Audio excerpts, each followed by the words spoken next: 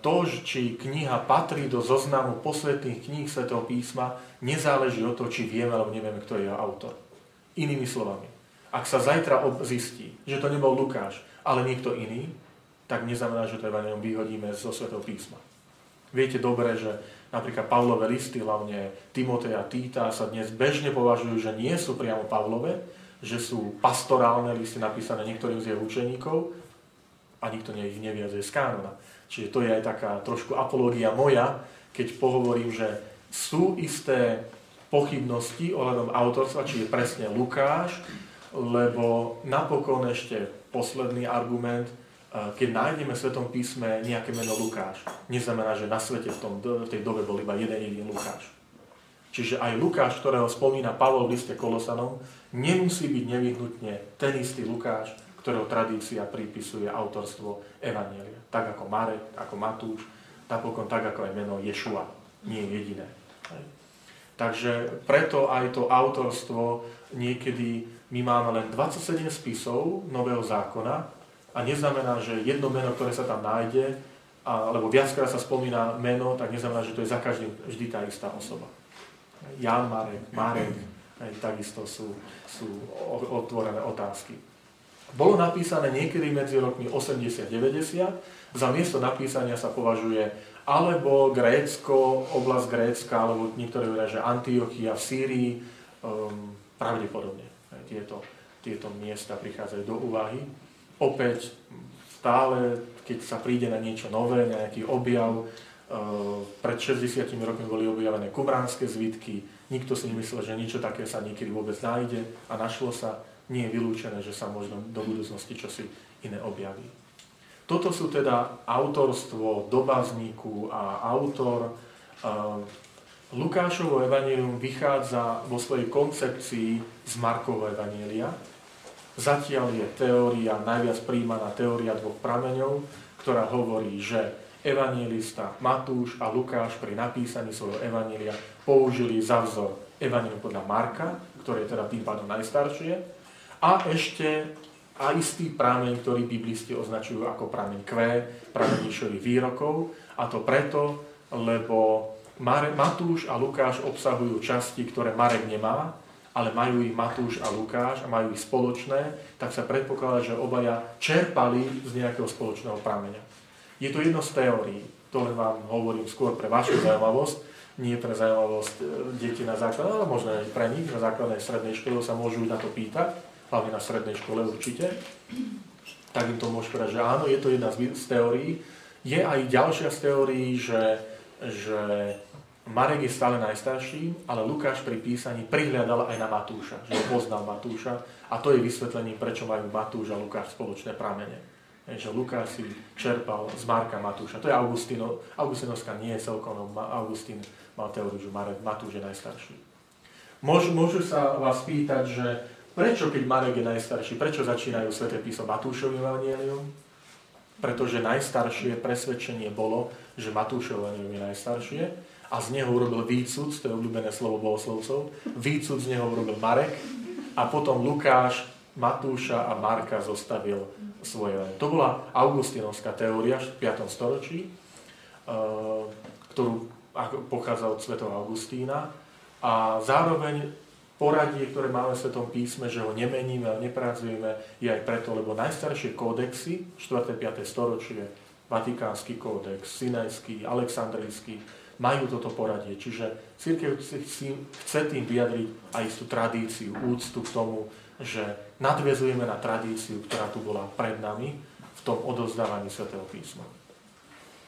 Lukášovmu evanjeliu, teraz konkrétne. Čo sa týka zvláštností Lukášovho evanjelia, má ich niekoľko. Lukášovo evanjelium niekedy býva nazývané, že to je aj, alebo aj Lukáš je historik.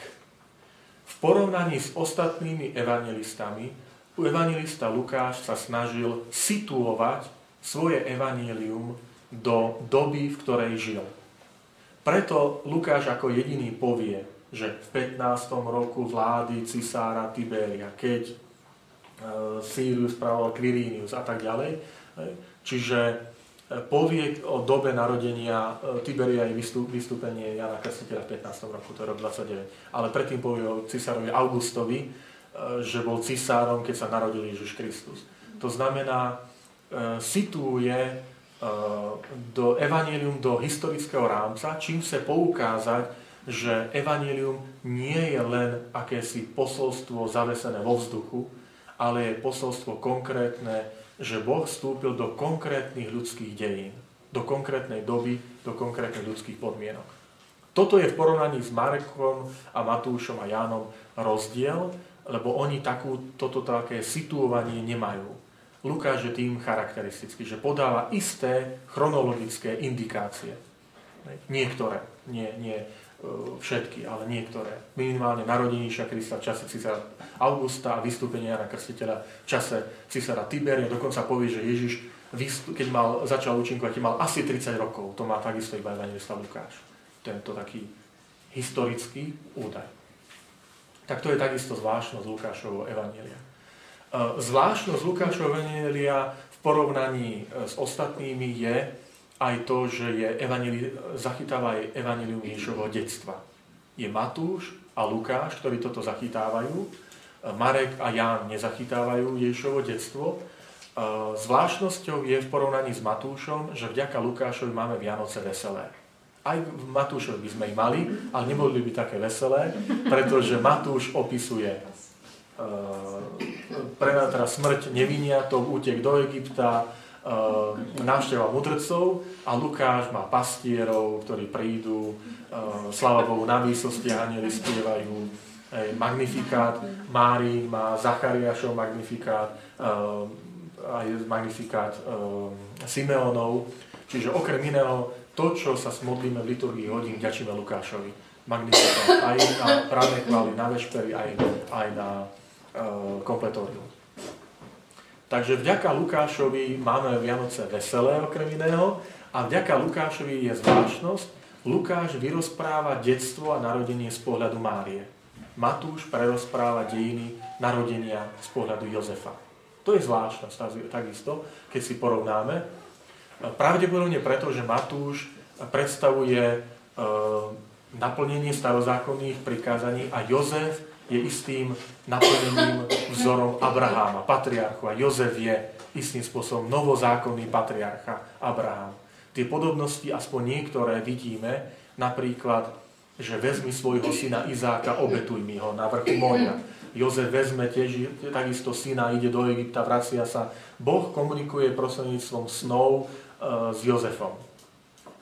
A Jozef veľmi poslušne, môžeme by sme ho nazvať naozaj mužom viery, aj tým, že nič nehovorí, sa podobá Abrahamovi, ktorý Boh mu povie, odísť z tejto krajiny, choď inde, a on veľmi poslušne ide, bere svoju rodinu a odchádza do krajiny Kanán. A potom sa však do Egypta, takisto Abraham zostupuje do Egypta a vracia sa naspäť. A to isté Jozef zostupuje do Egypta, teraz myslím Jozef manžel Márie, a vracia sa naspäť.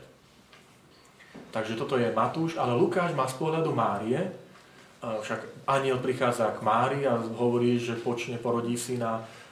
Mária ide návšteva k Alžbete, Mária je tá, ktorá komunikuje so Simeonom, Mária je tá, ktorá hovorí pri strate alebo nájdení Ježiša v chráme, tak je to Mária, ktorá s ním komunikuje. Takže to detstvo Ježiša Krista je vyrozprávané v Lukášovom evanjeliu z pohľadu Márie. Toto je pravdepodobne dôvod, pre ktorý v 5. 6. storočí vzniká tradícia, že Lukáš namaľoval obraz Panny Márie. Je taká tradícia, že Lukáš nie len lekár je preto, že je spojený s listom Kolosanom, ktorého spomína Pavol, ale je aj spojený s Pannou Máriou. A treba naozaj povedať, že v porovnaní s ostatnými evanjeliami Lukáš najviac zachytil o Panne Márii a teda môžeme povedať, že najviac vymaľoval obraz Panny Márie vo svojom evanjeliu. Hlavne teda v detstve, ale potom aj v niektorých ešte ďalších častiach svojho evanjelia. Takže Lukáš je určite historik, preto niekedy aj sa na skúške je taká otázka, že či Lukáša môžeme nazvať, že je, alebo jeho evanjelium, že či to je teológia v histórii, alebo história v teológii. A jedno aj druhé.